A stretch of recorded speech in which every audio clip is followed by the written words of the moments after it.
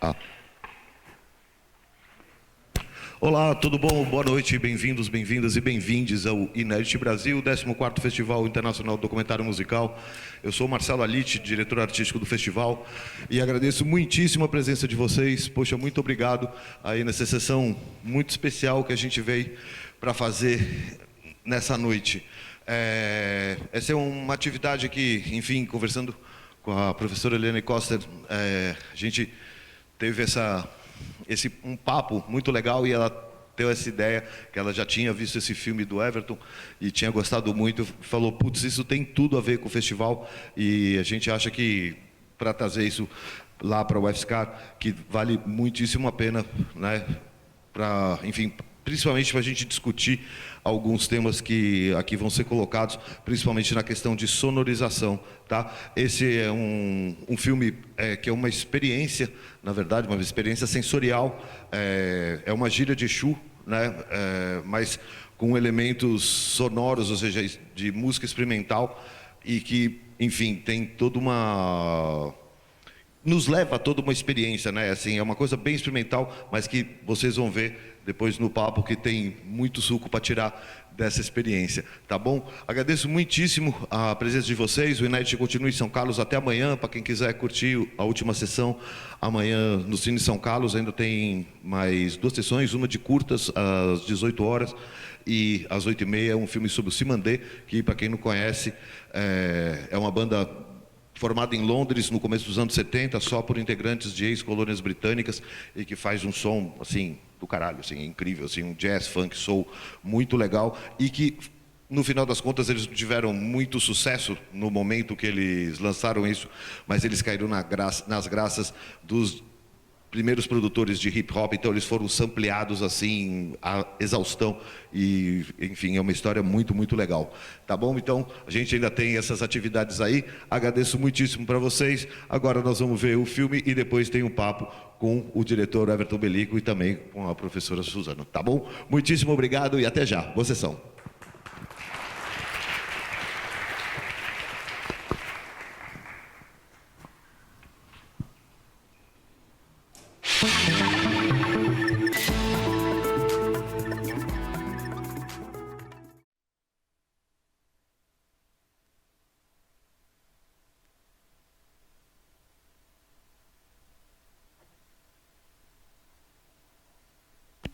Alô? Prontinho, gente. Vamos lá. Por favor, Everton Belico e a professora doutora Suzana Heck Miranda.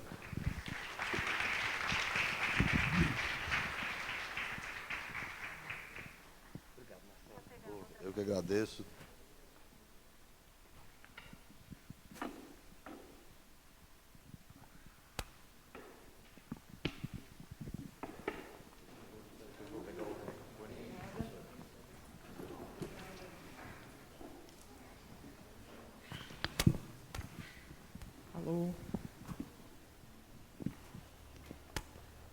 Alô, pessoal, boa noite a todas, todos, todes. Muito obrigada pela presença. Para mim é uma honra muito grande poder estar aqui hoje conversando com o Everton Belico depois dessa experiência fílmica ultrasensorial. Eu vou rapidinho falar algumas palavras e aí eu já vou fazer uma pergunta das milhares que eu estou querendo fazer, mas eu vou me conter e vou, com certeza, a gente vai abrir espaço para um debate, realmente uma interação entre o Everton e vocês que estão aqui presentes. Bom, o Everton é roteirista, diretor, professor e curador. É um dos curadores do Fórum Doc BH, que é o Festival de Filme Documentário e Etnográfico de Belo Horizonte, que é um festival incrível. E foi curador do Festival Internacional de Curtas de Belo Horizonte e do Fronteira, Festival Internacional de Cinema Documentário Experimental de Goiânia. Ele é co-roteirista do filme Subbaia, de Léo Pirata, e co-roteirista e co-diretor do longa-metragem Baixo Centro, que foi lançado na 21ª Mostra de Tiradentes, e que foi vencedor do prêmio de melhor longa-metragem concedido pelo júri da crítica. E ele é co-diretor do curta que a gente acabou de ver, o Vira-Volta que Faz o Nó, com Ricardo Aleixo, Marcos Carassati e Luiz Prete. E esse filme ele foi lançado no Improfest, que é o Festival Internacional de Música de Improviso, que é um festival também super importante, que já tem mais de uma década. E depois o Everton vai contar um pouco a história, né? Que o festival foi interrompido por conta da pandemia, mas aí tinha perspectiva, uma possibilidade de um retorno, mas ele vai contar melhor a história. E eu gostaria de falar um pouquinho do Aleixo e do Marco, que são os artistas que aparecem performando, e essa performance, acima de tudo, ela não é só uma performance de improviso musical, ela é atravessada por uma sensorialidade específica e que envolve uma experiência mítica. Então, a forma como a gente sente esses corpos e esses sons é muito, muito especial. E isso tem tudo a ver com a dinâmica do trabalho desses artistas, porque o Aleixo ele é um multiartista mesmo, ele é músico, e ele é um poeta também com uma carreira ultra sólida, desde a década de 80. Ele participou de antologias importantes e ele tem 13 livros publicados. E um livro dele de 2010, que é o Modelos Vivos, foi finalista dos prêmios Portugal Telecom e do Prêmio Jabuti. E o Antiboi, que é um livro também de poesias de 2017, foi escolhido como finalista do Prêmio Oceanos. E o trabalho poético dele tem uma exploração contínua do panteão das divindades Nagô. E alguns poemas dele exploram não só os referenciais místicos, ou melhor dizendo, míticos, mas aspectos plásticos e estéticos da figura de Exu. Então, esse trabalho que a gente acabou de ver é uma espécie de complemento, quer dizer, de interação com um trabalho específico que ele tem há muito tempo e de forma muito profunda. Ele é curador do Festival Internacional de Arte Negra de Belo Horizonte e ele também editou a revista Roda, Arte e Cultura Negra, Arte e Cultura do Atlântico Negro. O Marcos Carassati, ele é um artista sonoro, compositor, ele é professor da Universidade Federal de Minas Gerais, e ele tem um trabalho de anos, né, de pelo menos uma década e meia, dedicado à criação de instrumentos musicais e de esculturas sonoras.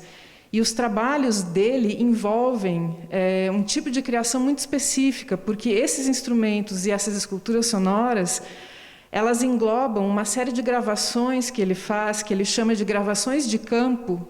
Então, o espaço no qual ele está interagindo é extremamente importante para o desenvolvimento dessas sonoridades, dessas plásticas sonoras. E ele também trabalha com a arte do improviso.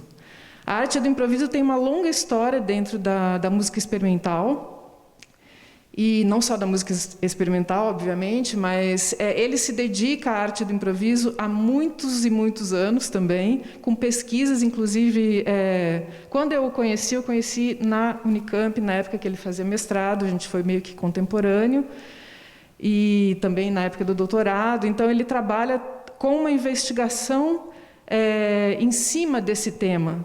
Ele trabalhou muito com um músico que iniciou essa escola de experimentação sonora na Bahia, que é o Walter Smetak.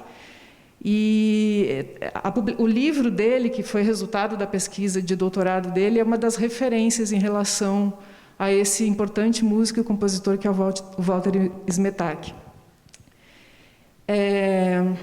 Acho que uma informação a mais que eu gostaria de passar é que no ano passado ele e o Lívio Trachtenberg foram convidados para apresentar uma obra num festival super importante, que é o Festival de Culturescapes, dedicado à Amazônia, que ocorreu em 3 países, na França, na Alemanha e na Suíça. E na Suíça eles apresentaram uma obra chamada Orquestra dos Instrumentos Queimados. Eles elaboraram uma série de instrumentos musicais a partir das madeiras queimadas na Amazônia, e com essas intervenções e esculturas eles performaram uma peça musical dentro dessa exposição. E, enfim, é uma obra extremamente interessante que eu ainda não tive a oportunidade de ouvir, mas tenho maior curiosidade. Bom, a partir dessa apresentação, eu acho que tem muito pano para a manga assim, para a gente explorar o curta-metragem que a gente acabou de ver. E eu inicio com uma pergunta ao Everton, que, enfim, esse trabalho, na verdade, é uma improvisação deles, mas com a interação de vocês. Ou seja, é realmente um produto a 4 mãos, um produto a 8 mãos, né?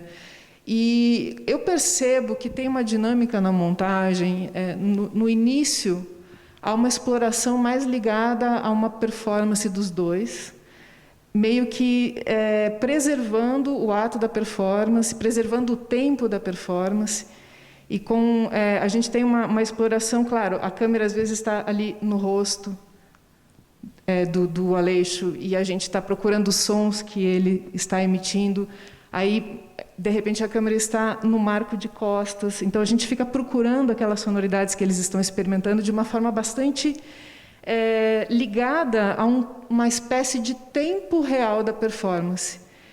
Em seguida, a gente tem uma intervenção mais cinematográfica. A montagem ela se torna mais aparente. Os recortes, os espaços diferentes. E, por último, vocês entram em cena, literalmente, dentro dessa performatividade. Quer dizer, tem um jogo de som que a gente pode observar da própria captação de som sendo alterada ou manipulada por vocês, ou seja, tem uma interação, você está ali com o microfone, né? Esqueci o nome dele, Luiz Prete, ele está com, quer dizer, a gente vê o recorte do recorte dele, né, dentro do quadro. Enfim, tem uma dinâmica que vai ocorrendo, e aí o que eu gostaria que você comentasse, além de falar da essência da ideia da obra, né, de como ela surgiu, mas eu gostaria também que você comentasse essas escolhas finais que motivaram o que a gente acabou de ver. Quer dizer, tem algumas escolhas que são certamente de caráter mais, como é que eu vou dizer, fora do tempo em que as coisas aconteceram. E é isso que eu acho extremamente interessante nesse duelo, em relação ao que seria a arte do improviso, e a uma arte do improviso que, na verdade, vai surgir e vai ser finalizada na montagem do filme. É isso, obrigada. Eu que agradeço, muito obrigado. Deixa eu tirar esse negócio aqui. Me desculpe, pessoal. Fica mais fácil para falar assim. Então, eu acho que tem um termo-chave importante para a compreensão desse filme, experiência, que eu diria que é o momento em que o Ricardo fala sobre os acidentes, né? A ideia de acidente, né? A ideia de que há algo, né, de não previsto, não calculado, que emerge de acordo com circunstâncias que não foram dadas de antemão, a ideia de um conjunto de contingências que não são estritamente contingências estéticas, né? Mas que são contingências, por vezes, materiais mesmo, das condições de gravação. Eu diria que essa passagem que você nota é uma passagem que ela acontece, em grande medida, determinada pela espacialidade dos dois momentos que estão sendo registrados ali. Então, a gente tem um momento que está na sala da casa do Ricardo, né? E um momento no quintal. Esses dois espaços diferentes, eles como que determinam recursos diferentes, se tornam possíveis recursos diferentes. E determinam também uma temporalidade diferente, né? Para os processos que estão acontecendo ali. E tornam possíveis, inclusive, também o emprego de instrumentos sonoros e visuais diferentes, distintos daqueles que estão no espaço, né, interno da casa. Então, eu acho que, enfim, ele é um filme caseiro, vou fazer esse trocadilho, né, mas ele é um filme caseiro no sentido forte do termo, não apenas porque ele é feito com uma equipe deliberadamente pequena e precária, não é? O que, de certo modo, tem muito a ver com muito do modo de produção prévio do Luiz, né? Para quem não sabe, o Luiz Prete integrou o Alumbramento, né? Que foi um coletivo de produção audiovisual bastante importante da virada dos anos 2010, né? Então, isso tem muito a ver com o trabalho prévio do Luiz, né? Então, há algo de deliberadamente precário, há algo neste deliberadamente precário, algo de deliberadamente íntimo, né? Então, essa precariedade, ela também é determinada e determina uma relação possível com uma equipe que é muito pequena e que não seria possível com uma equipe maior, né? Uma equipe profissional de cinema não faria este filme, né? Esse filme só é possível porque ele é, no sentido forte do termo, amador, precário, improvisado, né?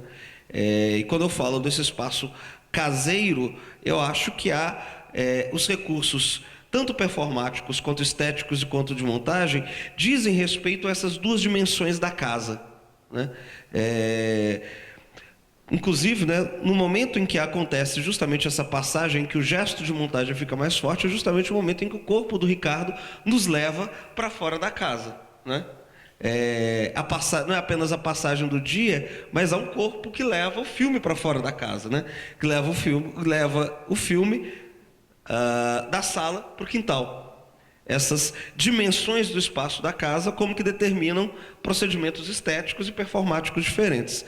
Então, por exemplo, do lado de dentro da casa, a gente tem uma câmera só. Do lado de fora da casa, a gente tem uma câmera que está sendo na mão, né, que está sendo operada pelo Luiz, né, que dá ênfase aos planos fechados, até porque é uma câmera de baixa resolução, uma DSLR, né, então tentar se aventurar a fazer mais coisa que isso seria acentuar a precariedade imagética que é intrínseca, né, a própria qualidade de registro dessa câmera. E a gente tem uma 7S que está no tripé, né? Significativamente, a gente tem, portanto, a passagem de dentro para fora é a passagem, dessa vez, para o convívio, né, entre planos fechados e planos mais abertos, né? Entre planos de detalhe, planos de conjunto, né? Na câmera na mão do Luiz, o plano americano é um latifúndio já, né? Praticamente não existem planos mais abertos. Os planos abertos estão na câmera que está no tripé. Então, essa variação de corte muitas vezes corresponde à passagem de uma câmera para outra, e mesmo assim, significativamente, o Luiz escolhe muitas vezes momentos de uma certa precariedade dessa câmera que está no tripé, né? Então, aquele plano aberto que está fora de foco é um momento em que eu estou ajustando a câmera, ele escolheu o momento que está fora de foco. Então, essa passagem do dentro impedia a gente do uso de duas câmeras. Então, a gente tem essa câmera e a gente tem essa ênfase nos espaços, nos planos fechados, do mesmo jeito que quando a gente passa para fora, a gente passa a usar dois gravadores. Naquele momento, por exemplo, que vocês estão me vendo gravando o Ricardo, vocês não estão escutando o som daquele microfone. O som que está saindo, o som que está no filme é o som de um outro gravador, de um Tascam, que está no amplificador. Ele não é aquele som, né? Então existe, acho que, uma dinâmica entre o on e o over que é importante nessa estrutura sonora do filme. Estou falando para burro, né, gente? Desculpa. Só para terminar. Então existe uma passagem entre o on e o over que é importante, acho que, na dinâmica sonora do filme. Muitas vezes, isso não foi um negócio ensaiado ou decidido a priori, mas muitas vezes a câmera do Luiz está em um e o meu som está no outro. Então vocês estão escutando o som produzido por outro e não o som que está sendo registrado, né, pela câmera. Não, é interessantíssimo, porque, na verdade, os aspectos sonoros mudam completamente também. E essa interação, quer dizer, há um aspecto de improviso na forma como vocês estão filmando. E há um forte aspecto de improviso musical, quer dizer, tem uma interação entre essas improvisações e de alguma forma, as sonoridades elas se materializam de forma completamente diferente nesses espaços. E eu percebo que, quando o corpo do Ricardo levou vocês para fora, a voz dele é um elemento que, como essa... É a voz do Marco. Antes a voz do Marco? Não é a voz dele, é a voz do Marco. Olha só! Mas é sensacional, porque tem esse dispositivo da voz. E, de alguma forma, A voz do Ricardo depois ela vai ficar muito intensa também dentro da performance, dentro da exploração dos sons, dos conjuntos sonoros, né? Quer dizer, tem a entrada da voz dele até pela própria história dele como poeta é super interessante porque a gente acaba vendo um momento da palavra sendo música, né? Junto com as outras intervenções. Essas intervenções que vêm dos próprios objetos cotidianos, elas são sensacionais, porque elas têm um grau de fusão com esse espaço íntimo dele, da casa dele, que é sensacional, né? Enfim, eu queria te ouvir falar sobre como foi a ideia de fazer o trabalho, né? Em cima do comissionamento do festival. E como que surgiu essa conversa entre vocês, né? Como foi esse processo do encontro dos 4? Então, o encontro precede, né? Esse filme é talvez um capítulo de um conjunto de outras coisas que eu e Luísa a gente vem fazendo e nos interessa continuar fazendo com Ricardo e com Marco. Né? Isso nasce de um projeto de filme sobre música de improviso em Belo Horizonte. Nasce assim. E através desse projeto a gente chega em Marco, que a gente já conhecia, né? E em Ricardo, que eu e Luísa a gente não conhecia pessoalmente, né? Mas que já trabalhava com o Marco, já tinha outros projetos com o Marco.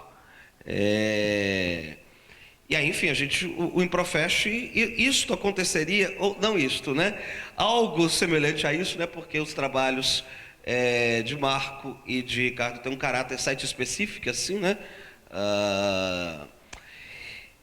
Aconteceria algo presencialmente no Improfest, né? Quando o Improfest deixa de ser presencial e passa a ser um conjunto de gravações síncronas e assíncronas, né?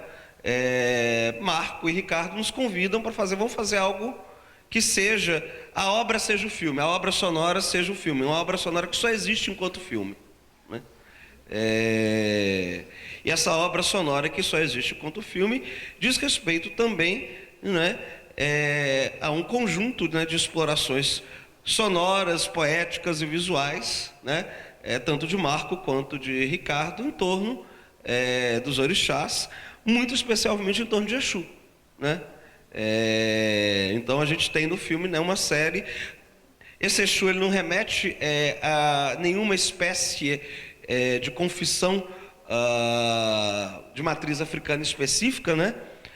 Mas a gente tem uma série de elementos sonoros e visuais, né, que dizem respeito nessa presença doméstica possível, né, doméstica e performática possível dos Exus, né? Então, de algum modo, essa obra é isso, é uma obra sonora que só existe enquanto filme, só é possível existir enquanto filme. Sensacional. Bom, pessoal, é com vocês. Não se intimidem, podem perguntar, por favor.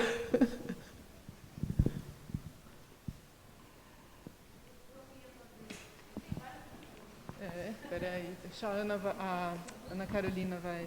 Deixa eu passar para vocês. Sim.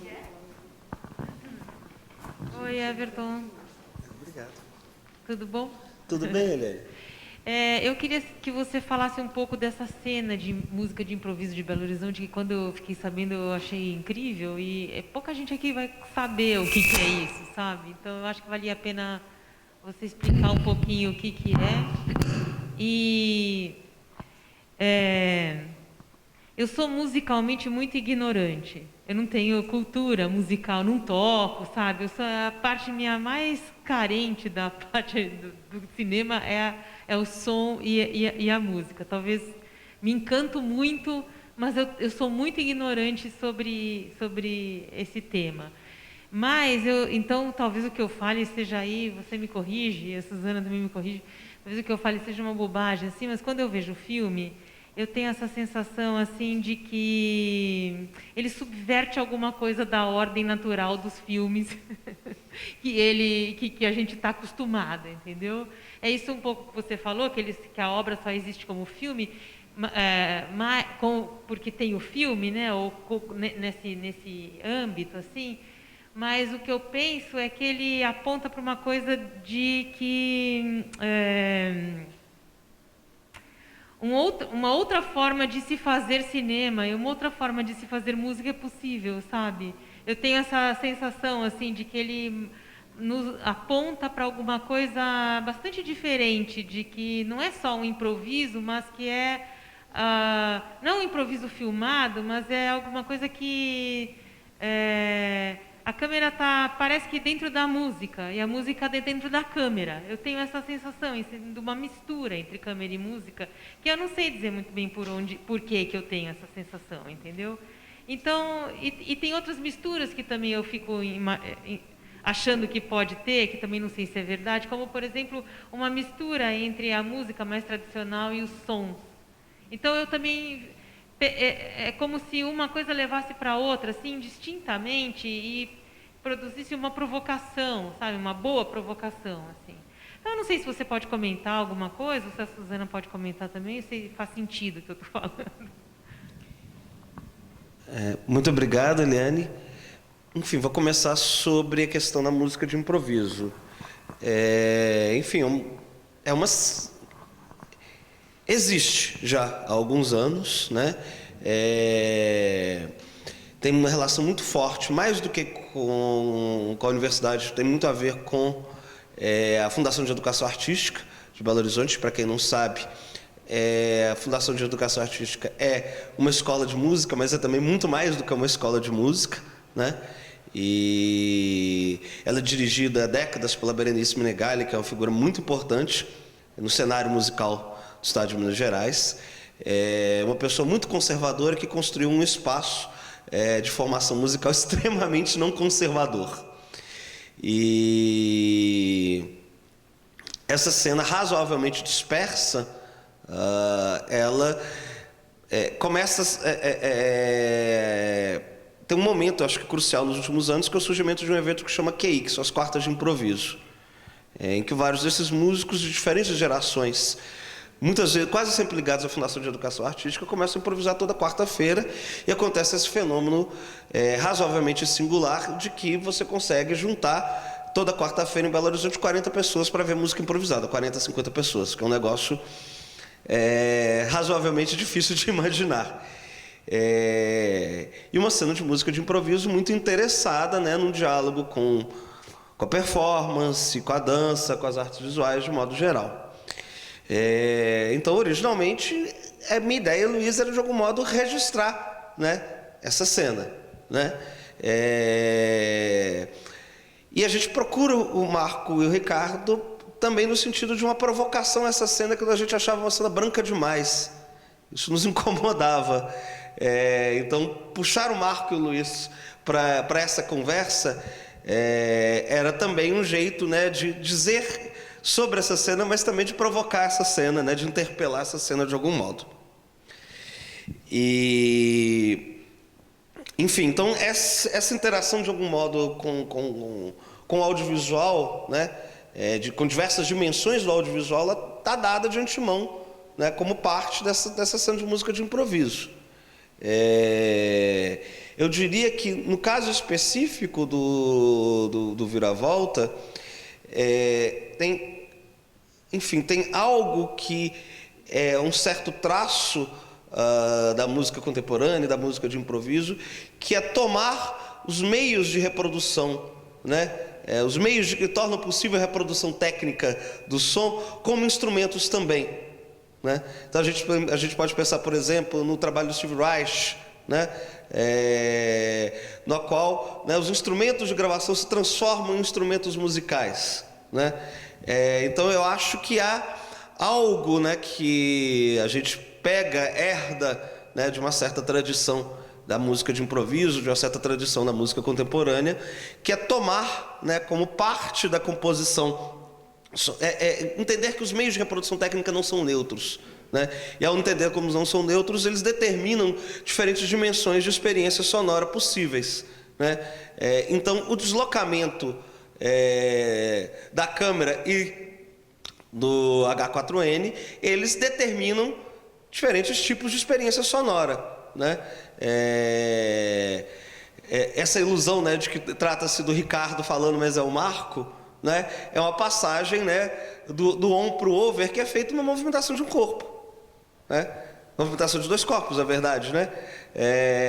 Então, esse bailado, que não é apenas de quem está à frente da câmera, mas também de quem está atrás da câmera, né, participa daquela construção sonora.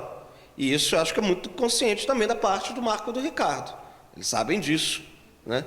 Eles sabem disso, e é isso que torna, né, isso uma obra, de certo modo, uma obra a 8 mãos.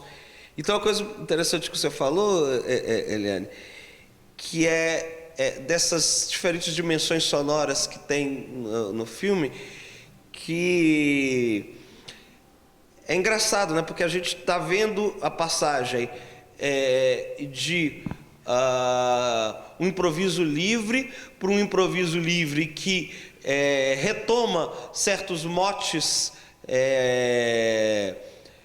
de uma música popular que emerge dos terreiros, né? Ô Zé, quando vem da lagoa, toma cuidado com o balanço da canoa, né? Que é um ponto de Zé Pelintra muito tradicional, e que é citado em inúmeros sambas importantes, né? Para passagem para performance poética sonora, né? Um Exu não, mais um menino, um Exu não, mais um menino, que é uma versão sonora performática de um poema mais antigo do Ricardo, né? Então acho que a gente está vendo passagens de diferentes modalidades de experiência sonora e de improviso ali, e que aí tem bem pouco a ver comigo, com o Luiz, e muito a ver com a interação que o Marco e que o Ricardo constroem entre si. Obrigado. Posso dar um pitaco rapidinho? Eu conheço um pouco o trabalho do Marco, né? Só para complementar. Então, o Marco, antes de se tornar um professor universitário, ele foi um educador musical de crianças. E ele tinha essa metodologia já não tão tradicional. Quer dizer, dentro da educação musical, e essa escola que o Everton citou em BH, é um exemplo disso. Quer dizer, você faz uma educação musical no início da musicalização, que não é pelos instrumentos normais, nem pela linguagem musical normal da música tonal, por exemplo. Você começa a trabalhar com as crianças a exploração sonora das coisas e dos objetos dentro de um determinado espaço, e fazendo elas aprenderem a escutar as diferenças que os sons dentro dos espaços, as possíveis diferenças desses sons dentro do espaço. E você pensar musicalmente todas as coisas, né, a partir de ruídos. Então, eu vejo uma integração muito grande assim, na carreira do Marco mesmo, porque ele começa com esse processo, e a coisa, ele fez a graduação em composição musical, então ele é alguém treinado dentro da linguagem acadêmica, de compor sinfonias, etc. Mas é alguém que se dedica à música contemporânea, completamente experimental, e num determinado ponto ele começa a fazer esculturas sonoras, que é algo que fica entre as artes plásticas e a música. Então, o artista sonoro está nesse espaço, ele engloba essas duas coisas, porque o artista sonoro está nesse espaço que não é o da sala de concerto, é do museu, ou é de uma instalação ao ar livre, enfim, explorando sons a partir de uma experiência com os próprios objetos. Então, você tem um objeto que, de alguma forma, produz som, e a sonoridade que esse objeto produz, ela é mais importante do que o objeto em si. É claro que, muitas vezes, esse objeto tem uma significação, como a gente vê nos próprios instrumentos que o Marco constrói, porque ele tem um trabalho também voltado à música indígena. E essa exploração, esse trabalho que eu falei da orquestra de instrumentos queimados, quer dizer, tem toda uma relação que as coisas dizem para se tornarem objetos que propagam som, que emitem som. E esse objeto é manipulado por um compositor. Então, ele junta as duas coisas. Porque aí tem toda a arte do improviso, ela também não é uma coisa do nada, solta, e qualquer um faz o que quer. Quer dizer, tem uma tradição dentro da própria arte do improviso que combina, que dialoga muito com a arte da performance. com a arte da performance dentro das artes plásticas, quer dizer, com trabalhos da Marina Abramovic, por exemplo, né? que demanda o ator performar alguma coisa e aquilo só vai acontecer naquele momento a partir de uma interação e de uma provocação. A arte, a música de improviso livre é assim também. E, geralmente, ela envolve um jogo com as coisas todas que estão ao redor e com os músicos e com aquilo que eles têm em mãos. Então, é muito bacana, que eu acho, no começo, que eles estão na sala, a gente vê, pelo menos o Marco, ele interage muito com o piano e com o violão, mas de forma totalmente não ortodoxa. Mas são instrumentos que a gente os lê como instrumentos. Mas, de repente, eles estão ali sendo explorados de forma completamente não ortodoxa. Então, isso por si só, eu acho que representa um pouco do que a Lili falou, da subversão de uma certa música. E é de fato uma subversão. Mas não é uma subversão pela subversão, é uma outra música possível. É nesse sentido, né? E no filme, o que eu acho mais incrível é que essa improvisação livre, que geralmente eu já vi muitos espetáculos ao vivo, que acontece ali no calor da hora, ela tem um outro elemento, que é o filme. Quer dizer, na sala de montagem, muitas coisas são definidas dessa improvisação, mas a partir da própria improvisação. Então, quer dizer, é uma improvisação que, numa certa medida, ela é controlada. Mas ela é controlada em função de uma experiência que vocês tiveram totalmente livre. Então, isso eu acho profundamente interessante. E a minha curiosidade é saber o que motivou as conversas de vocês também na hora de montar. Porque tem uma montagem com os sons, que tem todo um trabalho da reprodução da voz, da sobreposição, da manipulação dessa voz. Quer dizer, a gente tem todo um aparato que ele está ali modificando, como você falou, ou seja, as tecnologias de gravação, a favor da própria, não digo a improvisação, mas da própria sonoridade, do resultado sonoro, né? Então, bom, uma das coisas que determinou a montagem, evidentemente, foi a encomenda do Improfest. Se o filme não fosse uma encomenda do Improfest, ele poderia ter sido um filme completamente diferente. Porque ele... No tempo também? No tempo, inclusive. Porque, enfim, ele é montado na ordem do dia, né? Ele é um dia de gravação. As coisas que os acontecimentos que nós vemos, eles estão montados na ordem que eles aconteceram ao longo do dia. Então, a montagem ele tem um certo caráter de um caderno de notas, de um diário, de uma experiência de um dia. Só que essa experiência não se resume àquilo, evidentemente, que nós estamos vendo no corte final. Para outro lugar, a gente poderia ter cortado outra espécie de filme. Por exemplo, né, a gente tem muito material de conversa ao longo desse dia. Esse material de conversa ele não está presente, simplesmente porque o que interessava em Improfest era a performance, né, musical, mais do que as conversas, né? Mas então a gente tem uma quantidade enorme de material de conversa ao longo desse dia. A gente chegou na casa de Ricardo umas 8 horas da manhã, fomos embora 8 horas da noite. Essas 12 horas, a gente ficou com o gravador e com o câmera ligado praticamente às 12 horas. Então, enfim, pelo menos, evidentemente, esse registro mais cotidiano, talvez ele seja visualmente menos interessante. Agora você tem um material sonoro que eu imagino que sobreviva, independente disso, né? Então, eu acho que isso é uma das coisas que presidiu a encomenda do Improfest. É importante para definir o que é esse registro, né? Enfim, é bem possível que a gente saia em breve com alguma outra coisa a partir desse encontro, de um outro encontro que a gente gravou, né? Então, é bem possível. O segundo encontro tem mais material ainda de conversa. Enfim, isso foi uma das coisas que presidiu. A outra coisa que eu diria que, de certo modo, já está, de algum modo, dada no material registrado, que o Luiz montou, que quem montou foi o Luiz, e a pandemia recrudesceu de novo logo depois que a gente gravou, então as conversas sobre o filme foram conversas basicamente online.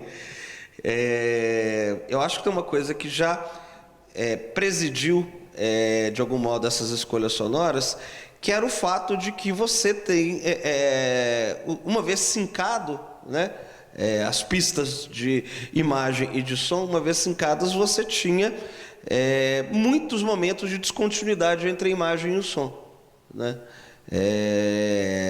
Muitos momentos de descontinuidade por algo que a gente construiu meio que espontaneamente, que é como a câmera do Luiz, ela usualmente está fechada em um dos personagens, né? Eu meio que espontaneamente fui para o registro sonoro do outro. Então, há algo que estava dado de antemão no material, que é muita descontinuidade entre som e imagem. Então, ao mesmo tempo é um filme sincrônico, né, de som sincrônico, de som direto, que é absolutamente inimaginável, né, sem o som direto, mas ao mesmo tempo é um filme de som direto, em que o som direto é muitas vezes over, né? Então, isso, de algum modo, é um recurso construtivo que já estava dado no material bruto. Sobretudo no material bruto das performances, mais do que no das conversas. Muito obrigada. Eu que agradeço. Uau. Eu tenho uma questão. Everton, eu sei que tu tem uma pesquisa, fiz um curso contigo, sobre o cinema audiovisual, a relação com os terreiros e as religiões de matriz africana. E aí tem uma coisa muito interessante, que desde o começo está declarado, de Exu e tal.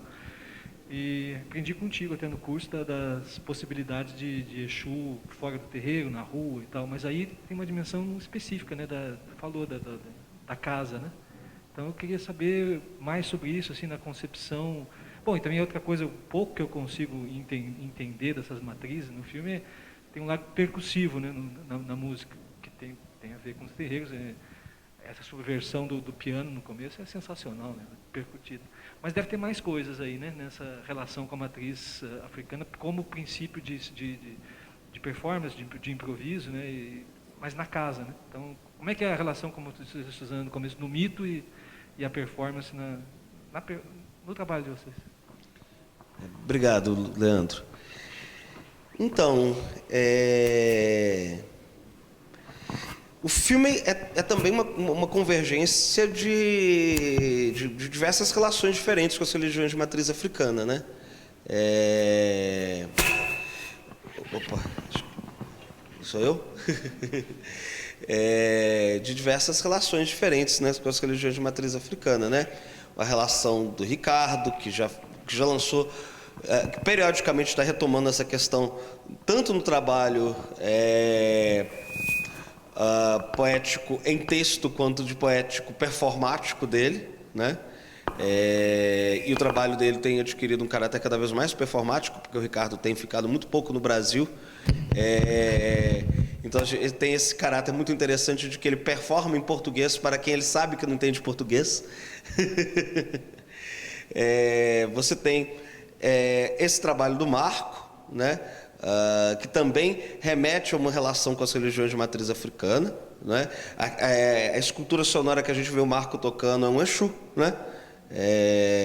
Então tem essa outra pesquisa. Você tem também, né, um conjunto de trabalhos que o Luiz vem fazendo com o Marco, né, que dizem respeito também a um trabalho compositivo do Marco, e que o Luiz vem gravando também junto com o Marco. Tem um trabalho que é meu, né? Uma pesquisa antiga minha com programador de filmes, né?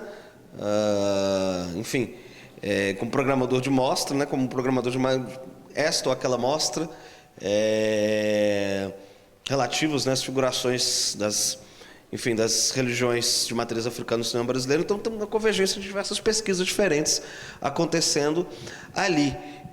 De modo não necessariamente coerente, e que eu, enfim, essa repetição, né, de que o Exu é o fim, um princípio, né, que acontece na conversa inicial, que vai se repetir na voz do Ricardo, né, posteriormente, talvez outra chave de compreensão interessante porque a gente está vendo, que é o fato de que você tem experiências diferentes e possivelmente contraditórias que estão acontecendo ali, né? Que estão postas em cena ali, e que é um filme que, de certo modo, constrói um espaço onde essa contradição se abraça tão naturalmente que ela meio que se torna imperceptível, né? Enfim, como é um filme que, como você mesmo disse, né, ele não está vinculado especificamente a uma comunidade de terreiro, né? Ele tem todo um caráter que é doméstico, né? Que é um outro caráter, né, das religiões de matriz africana, que é um caráter que existe, né, que preexiste a experiência do filme, né? Que é um caráter doméstico e que a gente vê e que está longe de ser o primeiro filme que mostra esse caráter doméstico, né? A gente pode pensar no Santo Forte, né? A gente pode pensar no Pombagira, da Patrícia Guimarães, né?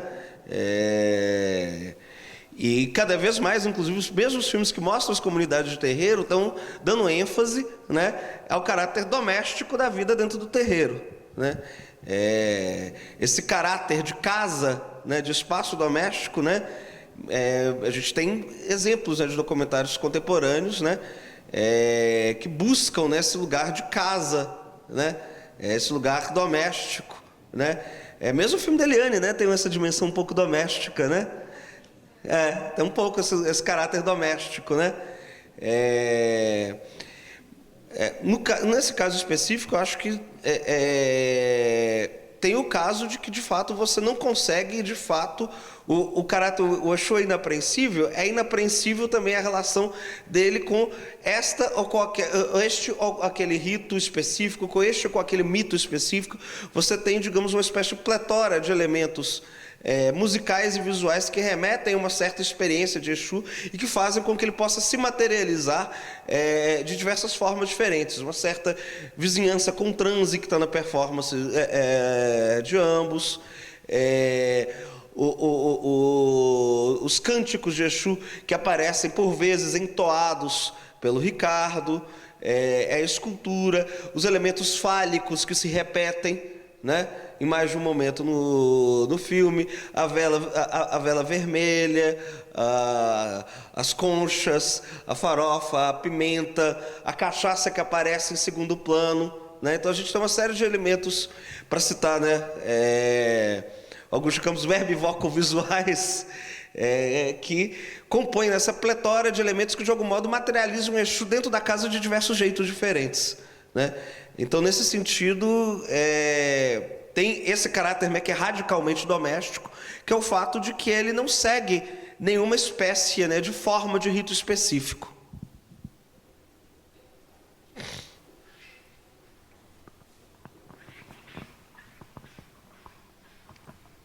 Oi.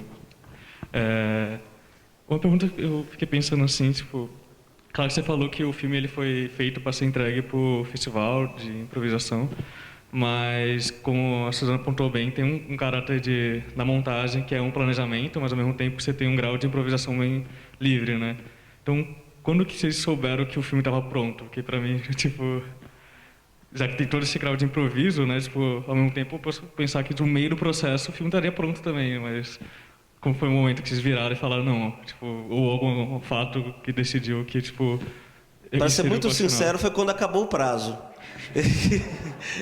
Foi quando acabou o prazo que a gente soube que o filme estava pronto. Mas sim, de fato, dá para imaginar, na verdade, que o filme não está pronto, né? Acho que tem um caráter, né, de esboço, né, de rascunho, né? E esse caráter de esboço, de rascunho, flerta com inacabamento, né? Dá para imaginar diversos cortes diferentes, dá para dizer que tipo está pronto exatamente, talvez não esteja, né? Talvez não esteja. Essa é uma relação com o inacabado. Enfim, você me fez uma pergunta excelente, na verdade, que é tipo, onde que entra o planejamento e onde que entra o improviso? Eu acho que a pergunta é meio que sem resposta no final das contas, né? Porque como trazer o improviso para dentro do filme, né? Como que será que o próprio suporte do filme, o próprio suporte cinema, de algum modo inibe a ideia de improviso? Talvez ele seja refratário à ideia de improviso. A gente pode pensar, por exemplo, né, no trabalho do Rivette, né, no All to One, né? O All to One é todo um desafio de como transformar o filme em algo que seja, né, aberto, propenso ao improviso, né? A gente pode pensar num trabalho tardio, de maturidade do Cassavetes, né? Como trazer, né, o improviso para dentro do filme. Eu acho que é uma pergunta sem resposta, no final das contas. Porque, de fato, há algo de refratário mesmo na produção cinematográfica em relação ao improviso.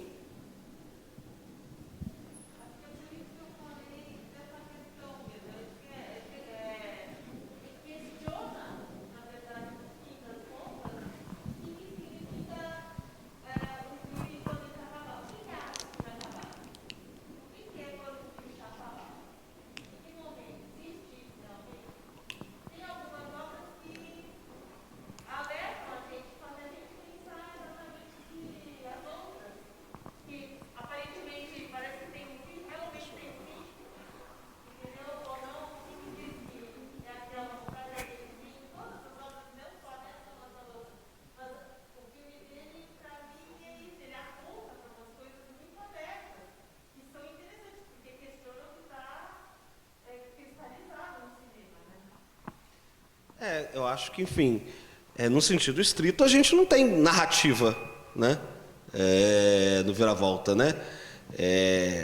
A gente tem a narrativa de um dia, né? A gente tem as impressões de um dia, de um encontro de um dia, né? Então, a sucessão temporal do filme é a sucessão do dia, desse dia, dos momentos desse dia, né? Há talvez uma espécie de narratividade no extracampo, que é a narratividade relativa, né, ao fato de que o que sabemos de Exu são, sobretudo, uma série de histórias, né? Então, acho que é uma espécie de narratividade que está no extracampo. Mas, no sentido mais estrito, você está certo, não tem propriamente narrativa, né? E ao não ter propriamente narrativa, quando é que ele começa e quando que ele termina? Né? São gestos dotados de um caráter de arbitrário mesmo. Então, outra coisa que ele questiona é a montagem que monta a performance e a performance que monta a montagem. Ele também tem essa dúvida aí. É a montagem que organizou a performance ou é a performance que organizou a montagem? Eu acho que é uma mistura das duas coisas que se retroalimentam, né? A performance impõe algumas coisas, né? Quando a gente decide montar um palquinho ali, né?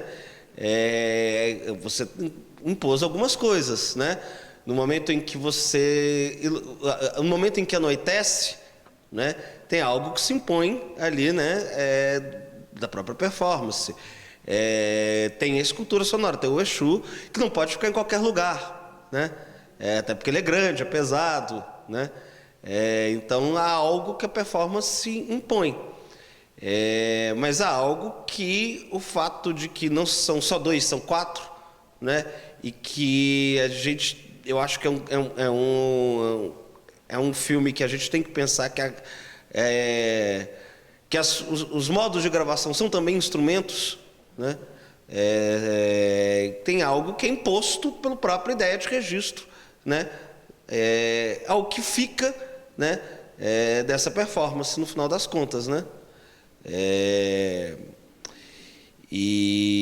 Enfim, eu imagino que quando o Luiz estava montando deve ter sido um enorme alívio, né, ter a possibilidade de ter material da segunda câmera, né? Porque permite você ter um refresco, né, daqueles planos tão fechados, né, que se impunham dentro do espaço interno da casa, né?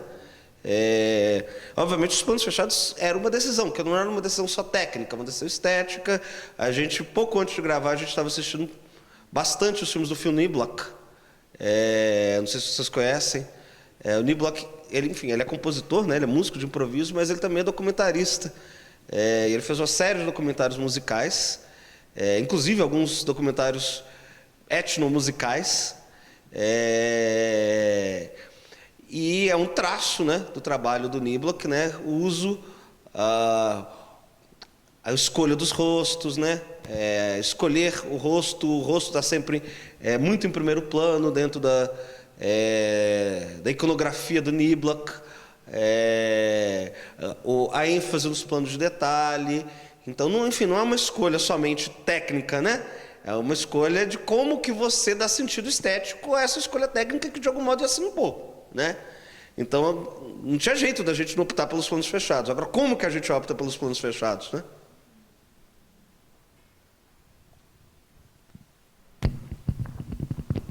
O que eu acho incrível é que em muitos eu já li algumas coisas a respeito algumas reflexões a respeito de documentários musicais, tentando discutir a questão de como filmar a performance. E o debate sempre fica no mesmo eixo, assim, quer dizer, o rosto ele é extremamente importante no gesto performático de um músico ou mesmo de um ator, enfim, mas no caso de uma performance musical do músico. Mas não é o rosto, exceto de pessoas que tocam flauta ou mesmo cantores, não é o rosto que está emitindo o som. E aí é como se houvesse uma esquizofrenia entre a gente querer capturar uma emoção do sentido da performance e, ao mesmo tempo, o gesto que faz o som. E aí, essa estética que você citou e que vocês também optaram, ela é uma síntese disso, porque ela pega flashes desse rosto e pega flashes da produção sonora e fica dentro dessa esquizofrenia dançando, em busca dessa coisa que é quase infilmável, que eu acho belíssimo, né? Que acaba muitos filmes que são documentários musicais em cima de performance, que eu acho interessantes, eles ficam explicitando esse tipo de jogo. E isso causa uma apreensão que eu, particularmente, acho fascinante. Mas, voltando à questão da montagem, e tentando abrir também, que eu acho que o pessoal deve ter mais perguntas. Embora você comente que não há começo, meio, fim, quer dizer, é um improviso livre, é algo que está... que é subjacente realmente a essa escolha e essa experiência, o filme ele nos provoca uma forma de aprender essa performance desse jeito. Então, inevitavelmente, a gente chega a esse trabalho, a gente absorve e recebe esse trabalho a partir de decisões que foram tomadas na montagem. Mesmo que esse trabalho, na sua essência, ele tenha levado um dia, ou ele parta de um improviso livre dos músicos com um improviso livre, quer dizer, essa coisa do quarteto mesmo, nesse espaço, nos entremeios, as conversas que nós somos privados de acessá-las, né? Mas o resultado que nos chega, ele é narrativo, pelo menos para mim, ele é muito narrativo. Porque ele me diz isso, no começo são esses instrumentos tradicionais completamente deslocados, e instrumentos percussivos, que eu imagino que tenha toda uma relação sígnica que o próprio Leandro já mencionou. Depois a gente entra num corpo, numa relação com o corpo, e vai para fora. Quer dizer, e o fora muda, porque a própria presença da escultura sonora já traz uma dimensão de exploração sonora que é outra. Os resultados sonoros são outros, né? E o trabalho com a água, com o fogo, com uma série de outras simbologias. E o som da água, ele vira um som de expressividade potente, incrivelmente potente. Então, eu formo uma história para mim, né? Uma história da música, da composição musical resultante dessa performance. Queria deixar isso para te ouvir. Não, eu concordo contigo. A gente, de algum modo, tem algo que eu acho que é especialmente fascinante em ver o Marco e o Ricardo, que a gente está vendo algo como o laboratório da criação, né? A gente está vendo de onde que vem a música, afinal, né? Então, assistir os dois, eu acho que é especialmente fascinante por causa disso, né? Esse de onde vem a música, afinal. E eu acho que talvez até para a gente pensar numa outra espécie de narrativa possível, né? Da tonalidade como conquista, né? A tonalidade não é um dado, é uma conquista, né? Você chega no tonal em algum momento, né? Mas o tonal não é um dado, o tonal é uma construção, né? Então é como se a gente estivesse vendo uma pequena história da música, né? Sendo performada ali, em que no final das contas, né? Você chega da tonalidade em algum momento, mas você não para nela, né? Mas a tonalidade não é um dado, né? Sim. Sim. Sim. Sim, a gente passa por ela, né? A gente encontra com ela em algum momento, mas não para nela, né? Então, e acho que isso também a gente assistir esse laboratório em que a tonalidade emerge, né? De um trabalho de algum modo custoso, né? Desses dois músicos, desses dois musicistas, é também uma escolha, né? E que é uma escolha que é tornada possível pelo fato de que a sucessão temporal que é privilegiada da montagem é a sucessão dos acontecimentos do próprio dia, né? Eu acho que isso só é possível porque ele, de algum modo, é também um documentário em primeira pessoa de 4 pessoas. Em primeiras pessoas. Um documentário na primeira pessoa do plural.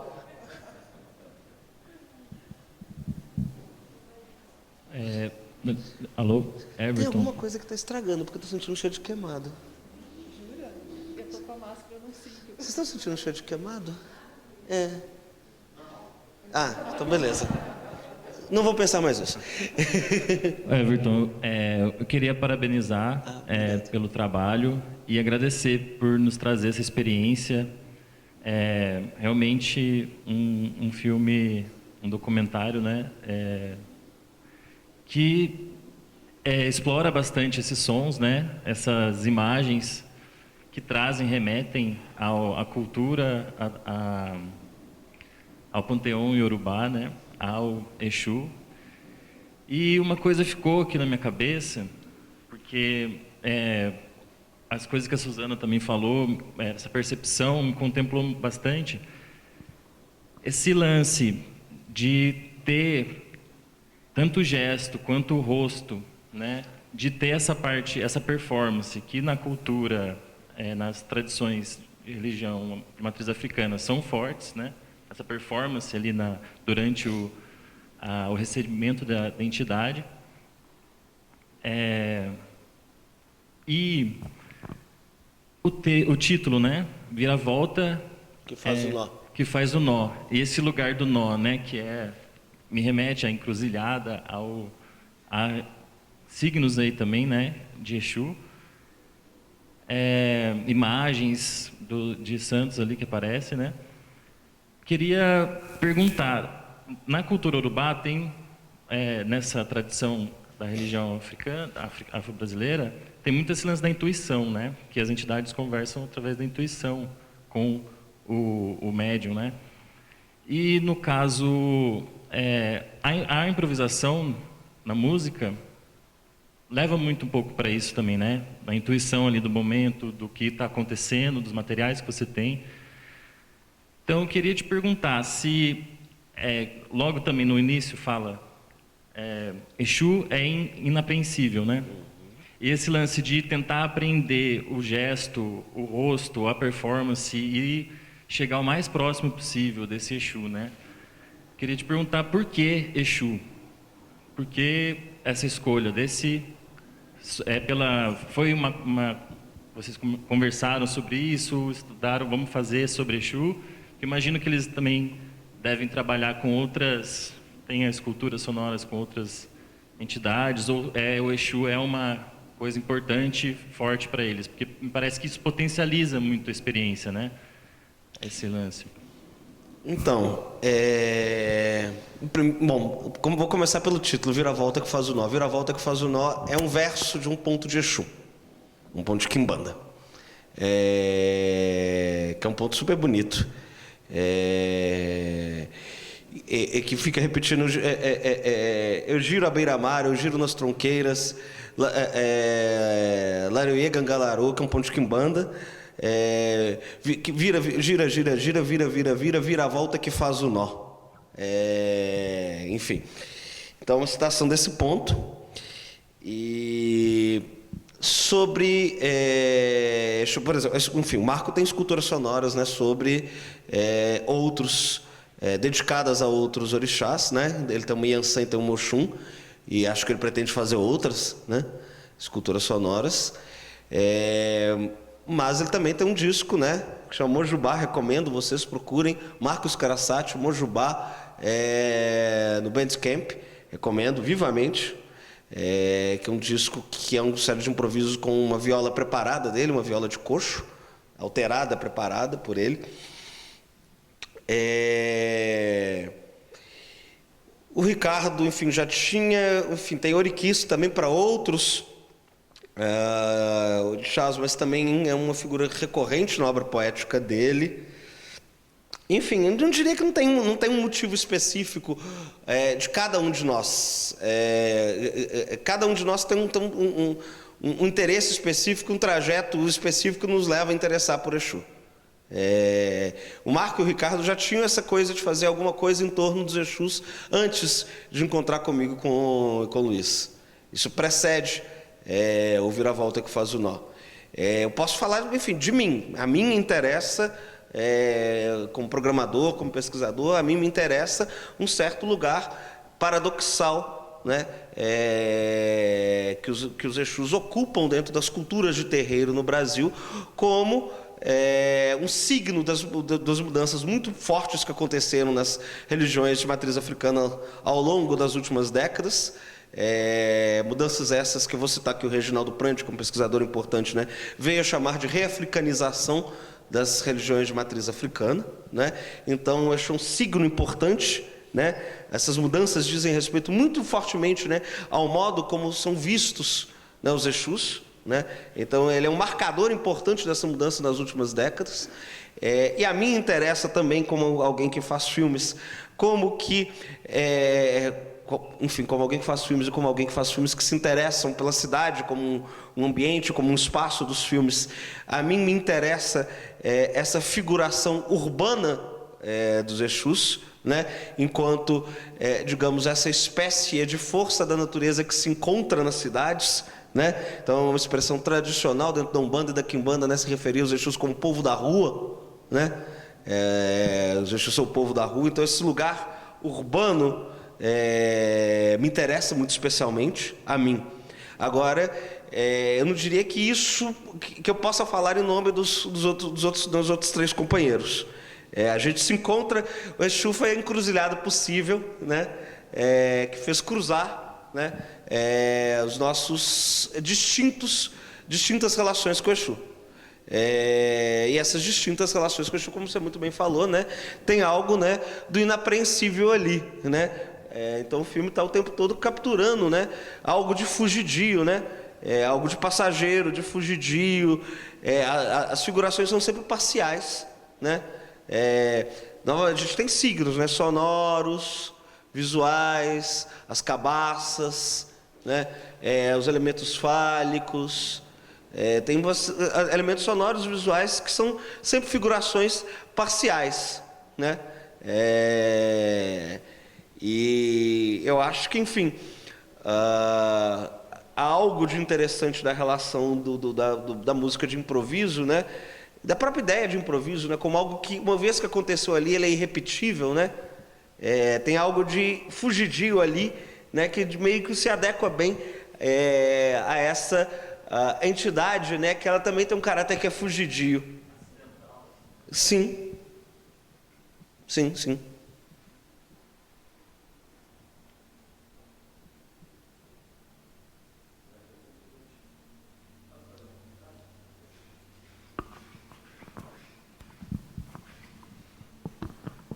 Boa noite. Eu gostei do que você falou a respeito daquela tonalidade, do tonal que emerge de uma coisa, que é o improviso. E para mim, assim, queria te perguntar, que você comentasse sobre isso de novo, só que a partir da seguinte reflexão, que para mim foi muito forte ao ver o filme, que é uma relação entre ordem e caos. Entre caos e ordem, na verdade, né? Imagino que você já deve estar imaginando o que eu vou falar, mais ou menos. Mas em alguns momentos do filme tem essa questão do improviso, que para mim é um improviso bem caótico, porque é um improviso que você não consegue discernir realmente mais ou menos as coisas que estão acontecendo, tanto no som quanto na imagem. E daí, em alguns momentos, começam a aparecer uma certa tonalidade, ele vai começar a falar, tudo começa na cabeça, tudo começa na cabeça a partir de uma coisa que está ainda indiscernível, ou naquele momento que ele está usando aquela manta com um monte de coisas escritas, e a gente não consegue discernir o que está ali porque ele está naquele movimento, de repente a coisa se apazigua e começa a emergir ali as palavras, você consegue discernir algumas coisas. Então eu gostaria de te ouvir falar um pouco sobre isso, a questão de certas ordens que emergem do caos, e porque para mim isso não está só na música, está na língua, está nas religiões, nos conhecimentos em geral. Então para mim isso ficou muito forte, essa relação entre o caos da onde emerge tudo, né? Um caos criador. Assim. Queria ouvir que você falasse um pouco mais sobre isso. Enfim, muito interessante isso que você falou, né? Até porque essa figuração de algo que é simultaneamente ordenador e desordenador é um dos traços mais presentes, né? Na mitologia do próprio Exu, né? Os seus etãs, né, de Exu, frequentemente, né, insistem nesse caráter de que é alguém que simultaneamente traz a ordem e a desordem e faz com que convivam a ordem e a desordem, né? Tem um filme que eu gosto muito que chama Ori, da Raquel Gerber, recomendo, assistam Ori, filmaço. Então um belo momento em que este importantíssimo intelectual e ativista negro brasileiro, Abdias Nascimento, fala: porque Exu é o Deus da contradição dialética, é aquele que desafia o caos primordial, né? Então, há algo, então, portanto, que diz respeito, né, às figurações estéticas e políticas, né, de Exu, essa convivência simultânea entre seu caráter ordenador e desordenador, né? E isso diz respeito, portanto, tanto à experiência, de algum modo, mítica, né, que está em cena, né, no Viravolta que faz o nó, mas diz respeito também à prática quase cotidiana da música de improviso, né? Recomendo vocês procurarem no YouTube registros de improvisadores importantes.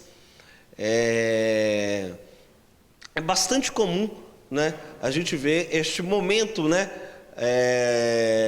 da desordem que engendra alguma espécie de ordem que, no entanto, é parcial, é passageira e que vai dar origem à nova desordem, né? Então, esse convívio, né, entre a forma e a informalidade, a destituição da forma, né, a meu ver, um dos traços mais interessantes da música de improviso, né? E, enfim, me agrada e me interessa muito que a gente possa, de algum modo, mesmo que muito brevemente, mostrar um pouquinho, né, desse traço da música de improviso no Viravolta, né, que é esse convívio mesmo entre aquilo que é forma e aquilo que dissolve-se, né, aquilo que dissolve a forma, aquilo que é informalidade, aquilo que é concertação, né, alguma concertação possível entre esses dois performers, entre esses dois músicos, e também, né, mas que essa concertação possível, ela também é o que? Ela não é um dado a priori, ela é uma construção, né? Então, acho que isso é uma coisa que me agrada, que eu gosto de que a gente tenha podido fazer.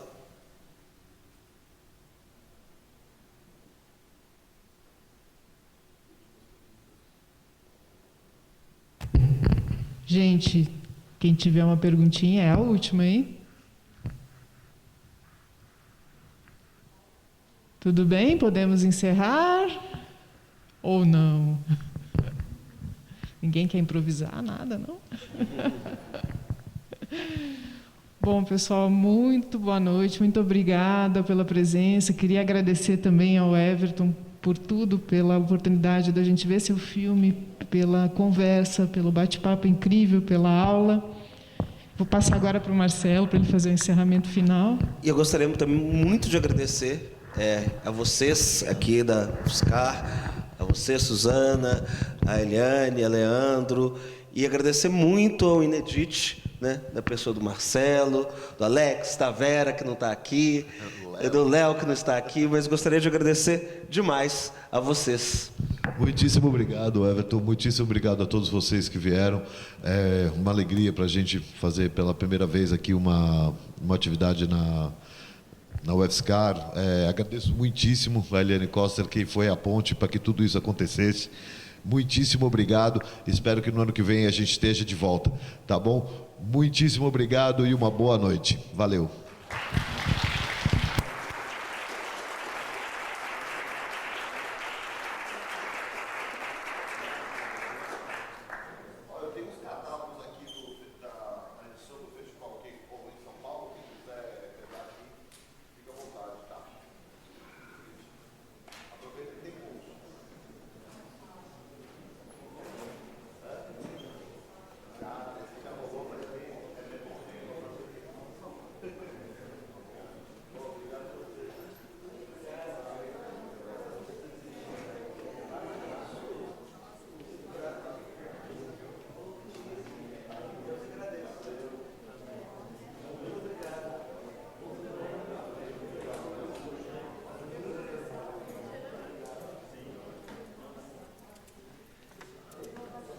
Não, eu preciso para assinar.